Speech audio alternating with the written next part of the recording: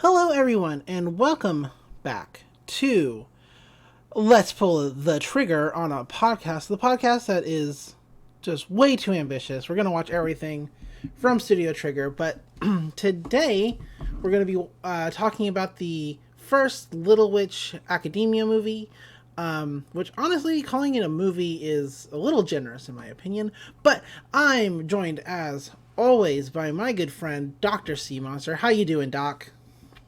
I'm good. How's everyone else today? I'm doing good. What you been up to since last week? Not much. Just my day job and playing cards and cook dinner for my mom tonight. Oh, nice, very cool. As for me, also just working, watching stuff, watching wrestling. We got a new AEW's Women's Champion this week, which was super cool. Nyla Rose pulled off a really great win. I think a lot of people expected her to win, but she did lose the first match where she fought against the previous champion. So, I mean, it was anybody's game in my opinion. But lots of transphobes super mad about it because Nyla's trans and it's a whole thing. But they can die mad. So it's wrestling. Like it's not real, and I don't know why anybody. Anyway, it's scripted.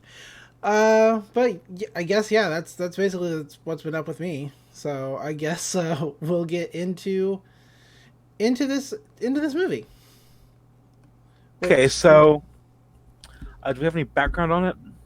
Well, it was made in 2013 by obviously Studio Trigger. We wouldn't be talking about it. It was made just before they started working on Kill la Kill, which actually there is a series that we're going to cover before that they worked on just in the middle of it. But as far as like things that got released like to like actual media, not just the internet, it's Little Witch Academia, then Kill la Kill. But we'll cover the other thing too, which I think it's called I don't know. We'll figure it out real fast. I'm sorry, what? The Turning Girls? Turning Girls, that's it. Turning Girls. It was made by all the female staff at Studio Trigger, so that's pretty cool, in my opinion. The director is Yoshinari, producer Nako Tusasumi, writer Mashiko Otsuka, and music by Michiru Oshima for this movie. And like I said, I think calling it a movie is kind of generous. It's a short film. Yeah, it's a short film for sure. Yeah, But it is short. I And it feel is like short. it's an OVA. Like if I'm calling it anything, I'm calling it an Sure. OVA. It's fair. If a standard anime episode of like a series is 22 minutes long once you remove like the commercials and the opening and such. This is only longer than it by like 14 minutes. So Pause. yeah. Pause. Pausing. Unpause. So yeah, it's like I was saying, it's only 14 minutes longer than a standard anime episode. So I think calling it an OVA isn't unfair. That's fair. But let's get into it. Let's talk about what's happened. This is unlike Inferno Cop, where we watched it like months ago and then didn't really have anything to talk about because it was so random. This actually has like a formal story, a beginning, a middle, and an end. So we can actually kind of cover it. So the thing I'd probably say about this the most Mm-hmm. is this is very much charming. This is a very charming piece of work. The story is fun. The characters are written a little thinly, but you do get a good idea of their characterization, and you get enough to get like attached to them. Mm-hmm. Brisk pace. There's really only like 5 real scenes. Right. Well, yeah. Um, So Susie is a mood. she is a mood. We'll get into that. So we the film starts out. Oh, I'm sorry. Did you have more to say? I just like cut you off. I'm real. I'm real quick at that. Sorry. So the film starts off with a like a concert hall, like an outdoor concert hall, right? That's the opening scene.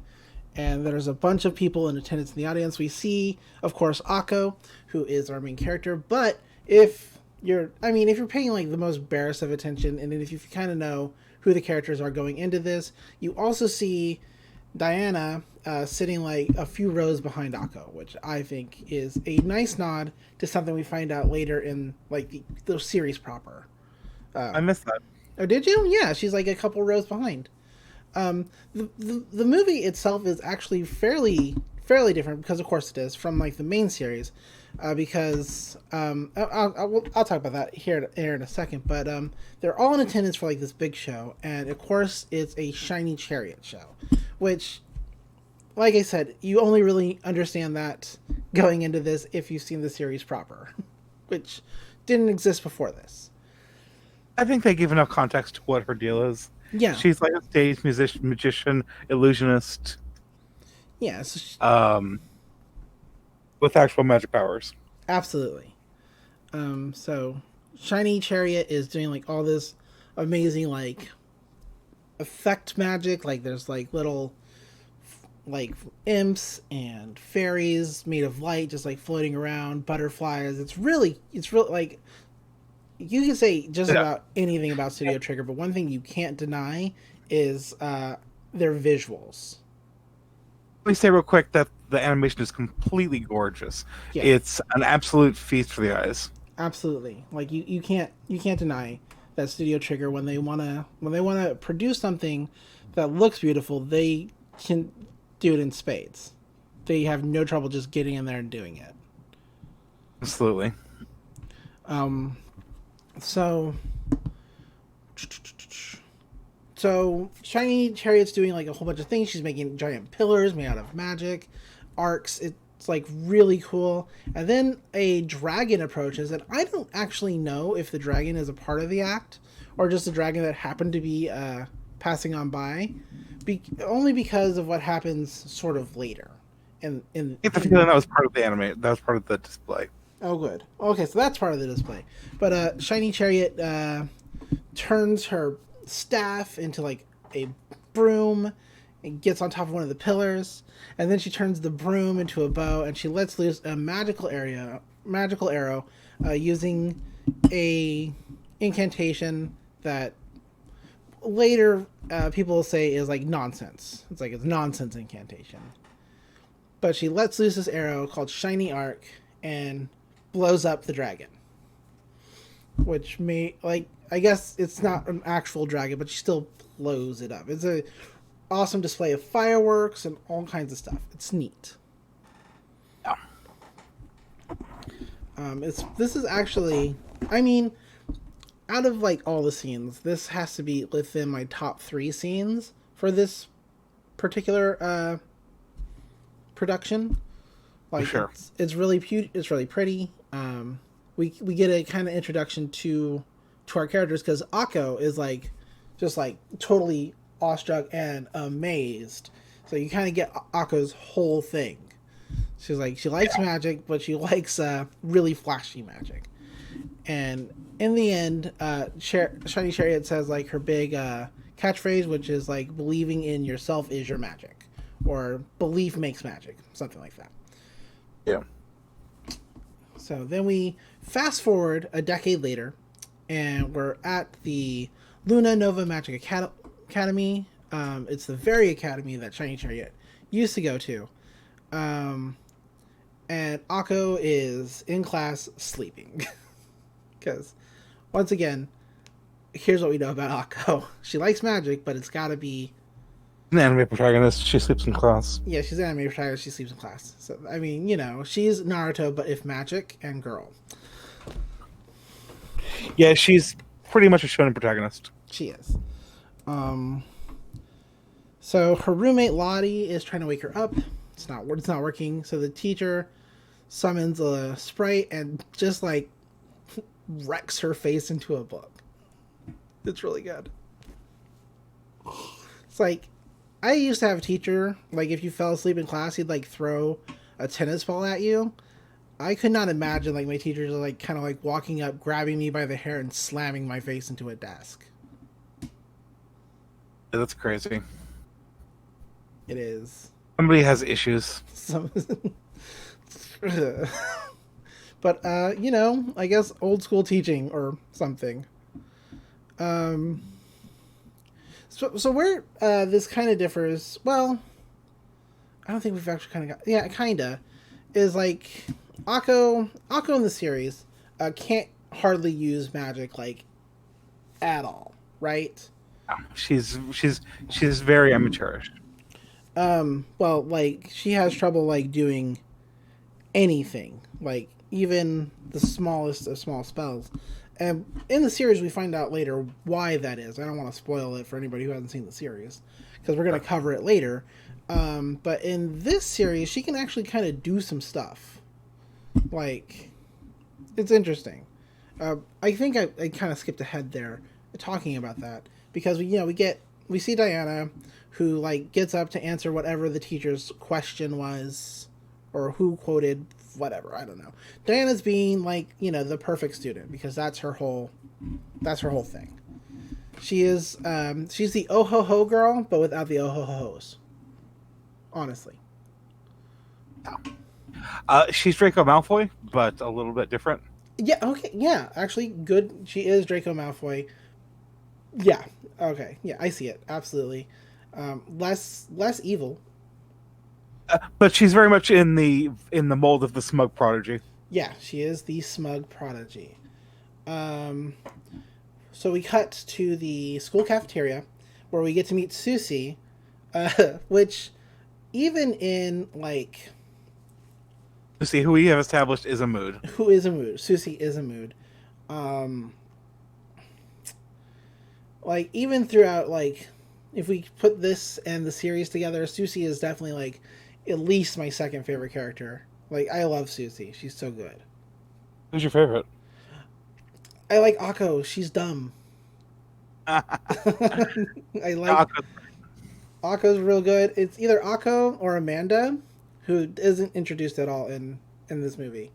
We kind of I think we see like the early like version of who Amanda is supposed to be when we get to like the broom scene, but yeah.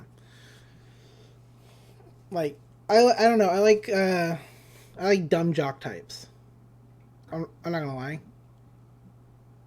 So like that's why Kuwabara is my favorite from Yu Yu Hakusho.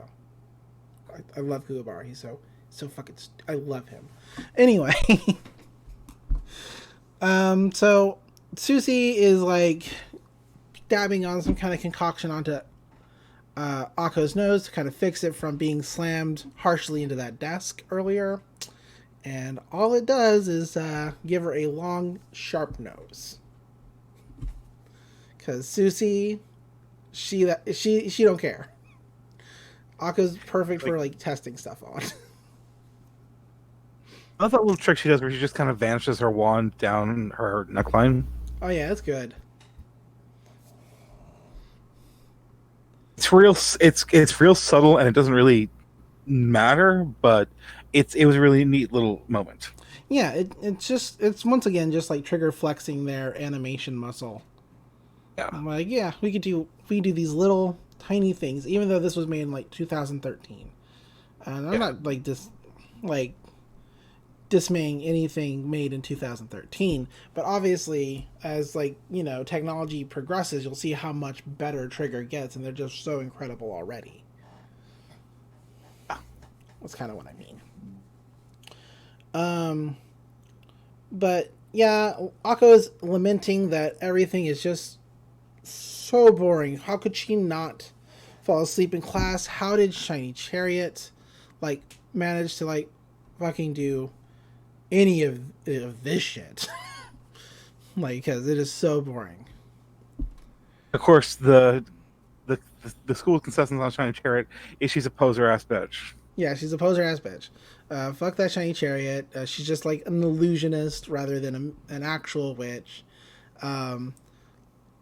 This, of course, this is all coming from Diana and her cohorts who are named Hannah and Barbara, which, nice nod. Nice, Yep. not too American animation. I like it. And of course, it's also caught the attention of Ursula, who's this blue hair teacher, who you don't see a lot of in this short film, but she's very important in the series, and there's a reason for that, which actually gets revealed in this short. So like, I like. Anyway, we'll talk about it. So I think from here, there's a dog barking. One second, pausing real quick. Sorry for that. So from here, I believe we cut to like the broom scene. You know, it, and here we find out that for most witches, they're used to like some practice on brooms because it's commonplace for them. But Akko, being from a non-magical family, does not have this lifelong background in brooms, so shenanigans ensue. Shenanigans do ensue. First, she's falling. Then the broom's dragging her high up. Then it's dropping again. She's up, she's down, she's up, she's down, and eventually she crashes. Which this is like, I got ahead of myself. This is where we find out that Akko can actually kind of do some magic, where in the series she can do like very specific magic, and only in accordance to Shiny Rod. Yeah. Which was interesting for me because I was like, what? How? Because, I started with the series. This is the first time I've ever watched this short. So it was confusing for me for a second. I was like, oh, okay, why? Well, I was like, well, it's a short. Like, obviously they're going to change some things for a longer formatted series. So, meh. Whatever. So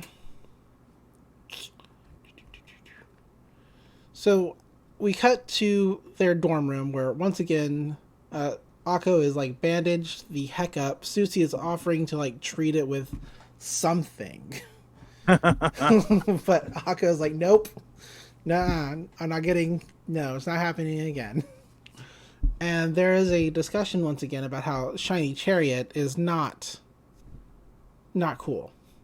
Not a cool mat. Not cool at all. Aforementioned poser ass bitch. Aforementioned poser ass bitch. Even her roommates are like, look, she sucks. And then they're like, well, if you like her, it's cool. We didn't mean to hurt your feelings, but Akko's feelings are very hurt. Yeah. And so, once again, another smash cut to the next day. And all the students are gathered, and Ursula is explaining that they're going to go down into this dungeon to get magical items to come back up for, like, points or whatever. Yeah. Akko is like, all right, we're going to do this. We're ready. Everybody else is like, this is boring. This sucks. This is like a dungeon crawl. Like, boo. But Akko is like, this is exactly where I'm going to shine because I'm real good at, like, dungeon crawls. Anna's like all business, though. She's like, I'm going to go down here and do my absolute best and be the absolute best. Yep, that's Diana all over. And so we cut to Akko running down some stairs with her roommates, like, trailing behind a little bit. They're like, hey, stop. It's dark. No. Bad Akko. And Lottie uses her special ability, which we find out later is a special ability. She summons like the spirit of the fire inside her lamp to like walk around and stuff to help better light the place. And then we cut to Diana. First we have Akko just abusing the heck out of some little. Oh yeah, some little creature. Sprite. She's like throwing some like little little fireballs, tiny fireballs. Yeah. So, I mean, she's not great at magic, but like she's definitely doing more magic than the anime easily, and in rapid succession. So boom, boom. So then we cut to Diana, and her classmates are like they've picked up a bunch of stuff. Her cohorts, Hannah and Barbara, are like, hey, we can leave. We got all this cool, like, rare items. We're, like, totally awesome. And Diana's like, fucking no, this shit sucks. Like, only idiots think this is rare. Like, just calling them out. Common drops. These are common drops. Yeah, these are common. These are common. You guys are idiots. Let's go. And they're like, but it's dangerous down here. This sucks. Like, and she's like, look, my magic is invincible. So long as you're with me, you have nothing to worry about. And as Diana's giving like this speech, like something is like raising up behind her, and they're like, "Oh no, it's a cow." Which, okay, It is a whole ass minotaur. it is a whole ass minotaur, and so Diana is in for a fight, and the fight kind of starts like Diana like unleashes a big spell, which cuts to Akko. Akko is still chasing whatever little sprite goblin thing she's decided to chase after. In which he chases it right into the Minotaur fight. Where Diana now has up a shield and is trying to just defend against this big, brutish Minotaur. But catching the attention of the Minotaur, it turns around and goes after Akko, who hits it with a fireball right in the eye. In the fucking eye, yeah. In the eye. It thrashes around, and then Susie takes care of it. Yeah, she she handles it thoroughly. She handles it very thoroughly. She like opens its mouth and jumps in one of her poisons. And Melts. it melts. It literally like it melts a hole through the floor to the next floor of the dungeon. It's really good. It like has such great squash and stretch animation as it's like, you know, trying to digest this thing, and then it just like melts. Yeah. Susie's super pleased with herself. And Susie is great. Susie is absolutely my favorite character. Yeah, she is really good. Yeah. But Diana's like, oh, look, another floor we can go down. Let's go. And her friends are like, let's not. She's like, I'm going. They're like, well, don't leave us behind. And so they jump down. Akko wants to follow, but she and her friends didn't bring brooms. Not that Akko can really use them. So we get to watch Diana and cohorts walk around this Underdark until they find an Iron Maiden. Iron Maiden, which is like wrapped up in like sealing tape with like runes on it. Yeah. Something in there is sealed And inside. And Diana's first instinct is like, oh, let's crack this motherfucker open. Which is a startling lack of self-preservation instinct. She does. For the self-proclaimed prodigy. She absolutely has, like, very poor survival skills. So she busts it open. And inside is a tiny little lizard. Little lizard. It's very cute. Very cute. I really love it. And the cohorts, Hannah and Barbara, being cohorts, being, you know, part of the Malfoy clique. Minions, yes. They're minions. They are Crab and Goyle, more or less. Just girls. And they start blasting the little lizard with magic. And first it's lightning. It does nothing. Then it's fire. The dragon eats it. And they're like, oh, so you're tougher than you look. And Diana's like watching this and she's like, wait a minute. Uh-oh, this is bad. Because she's about to tell them not to do that because she's figured out what she's done.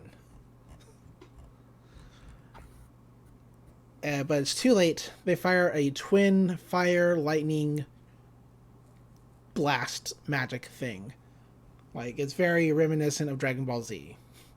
The way this thing forms. And the lizard is actually a dragon. And the dragon eats it. and uses its power to get bigger, because apparently that's how dragons work in this universe. Like every single spell that gets thrown at it, it just absorbs and gets bigger. Yup. So Diana and Co run away. Or they're trying to. It's a little fuzzy in my mind. Um, and through the course of like trying to get away, they do fire more spells, make a bigger dragon, and it busts fucking free. Like Yeah. it totally bypasses them, and is going to the entrance of the dungeon. We see her get out of the hole. Actually breaks through the floor of where Akko and friends are standing, and that's where Diana and Co get out. And Akko, slightly before this, sees some kind of shiny magic rod in the room that she's in. That's right. This is where they get into like quote unquote the junk room.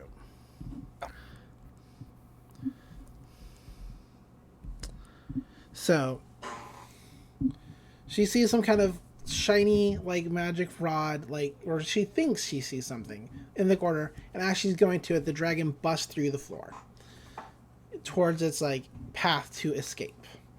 Yeah. Which causes Diana and Co to like fly out. Diana's like, okay, I accidentally released this dragon. This is my fault. I have to go fix it. Which, good on her. Very, some. It shows she's got some degree of like responsibility, and she's not just reckless and smug. Right. And so,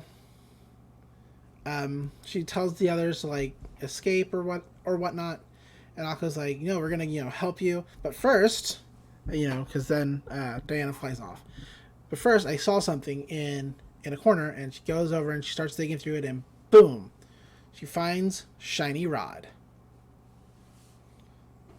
Yeah, the magic item that Shiny Chariot has. Yes, and she's absolutely certain that it is the for real deal shiny rod.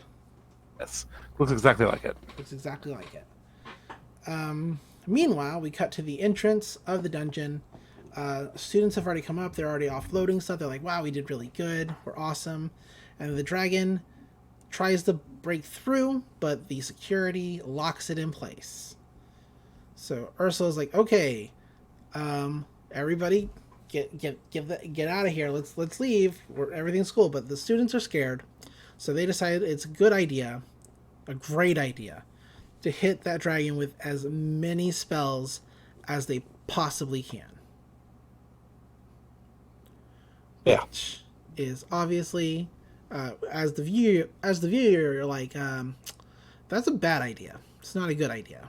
And, well, the dragon eats all those spells. It gets bigger. For magic eaters, they seem to only have like 3 responses to any situation. Fly off, blow it up.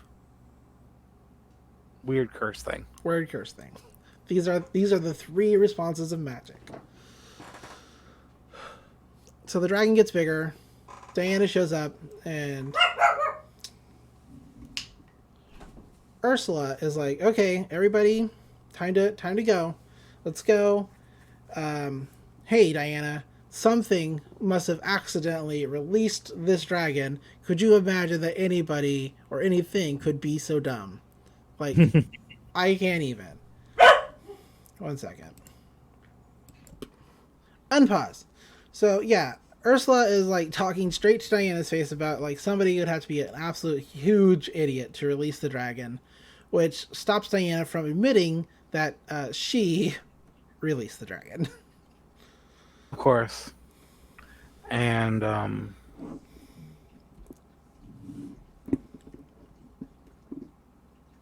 meanwhile, Akko and her crew are trying to, like, figure out what to do in the situation. Right.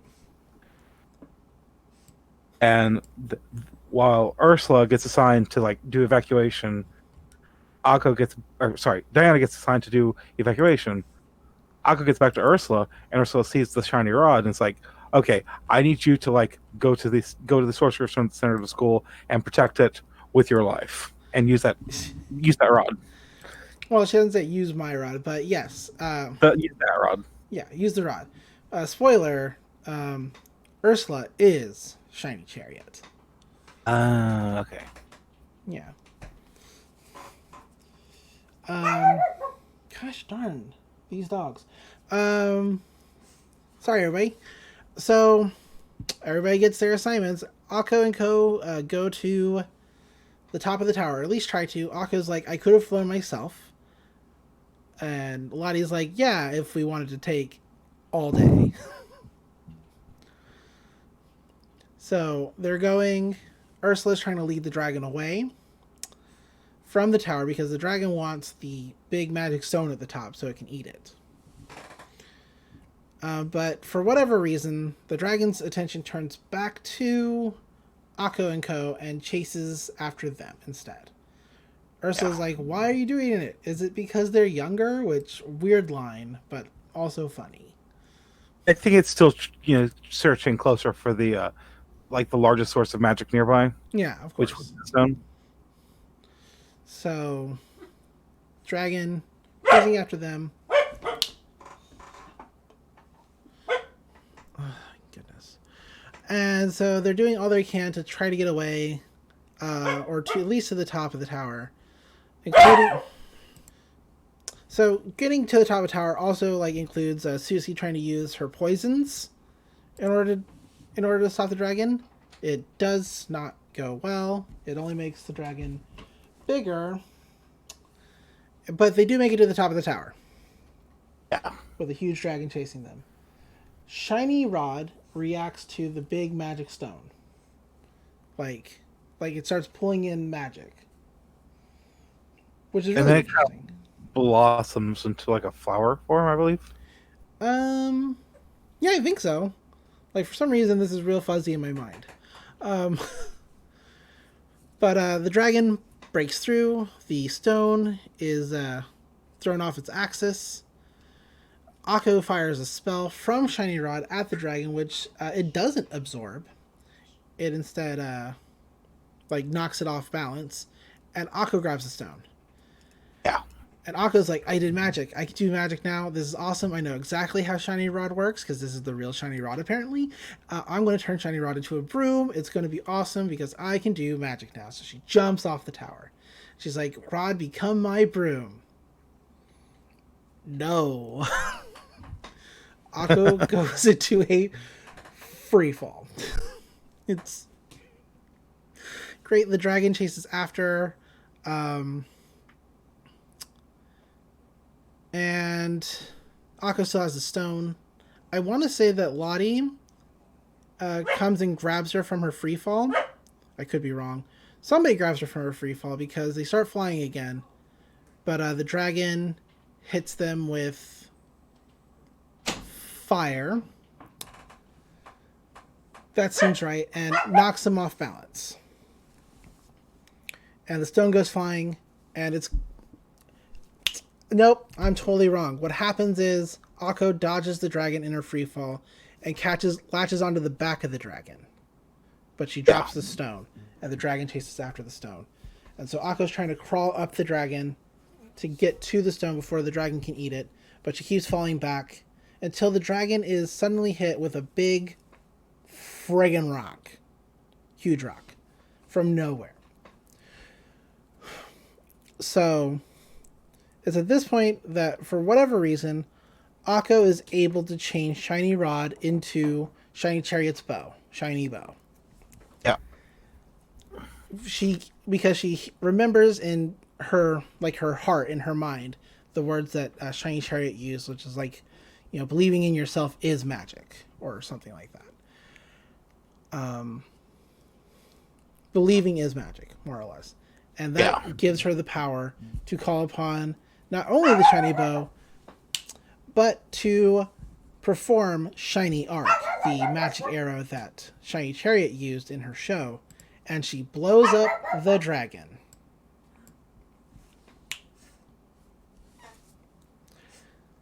Sorry for all the barking.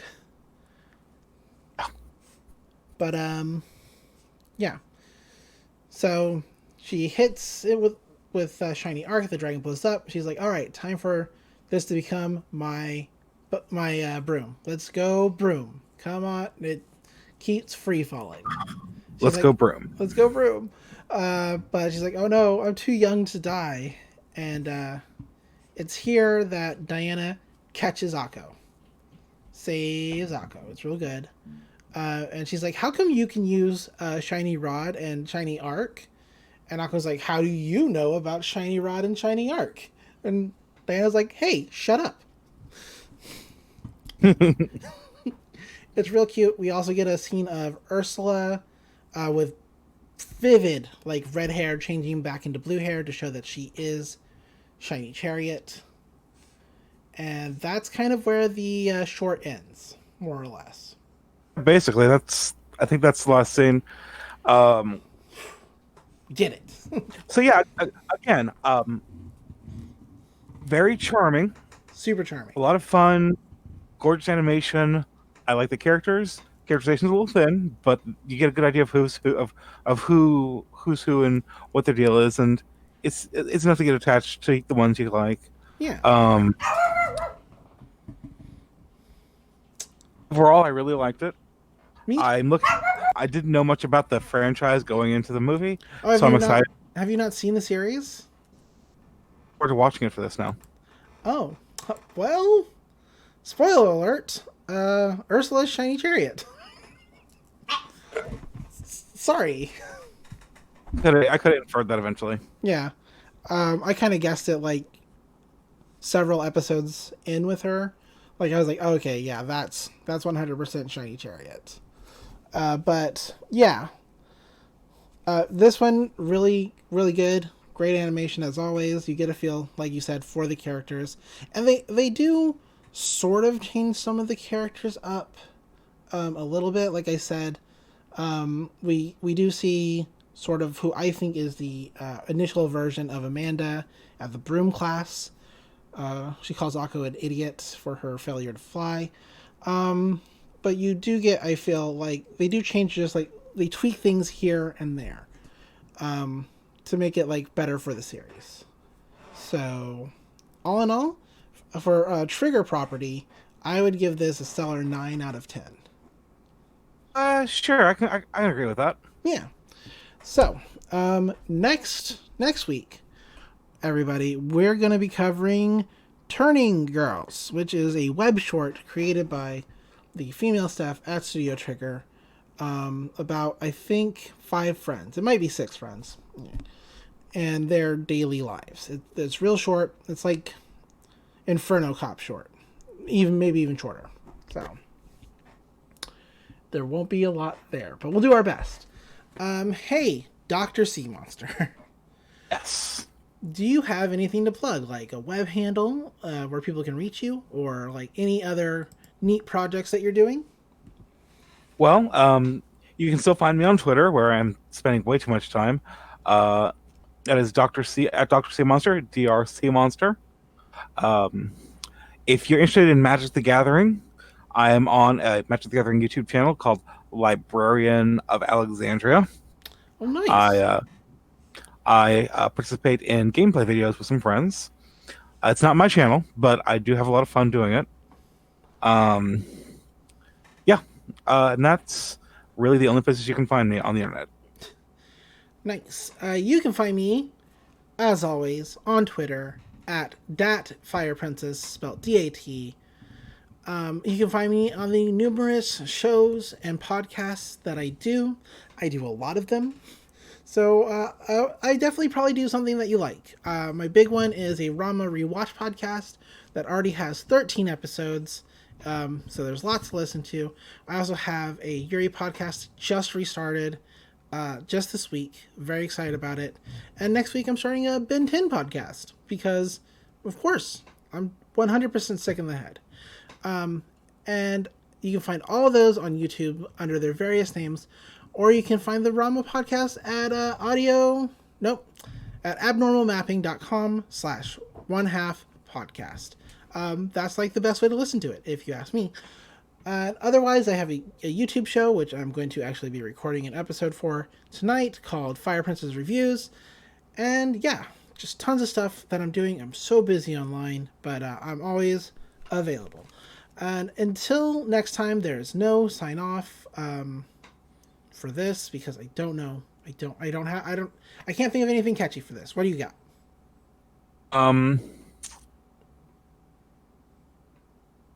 I think that this is another anime that left us feeling a little trigger happy. We'll work on it, but that's not bad. All right, everybody. See you next time.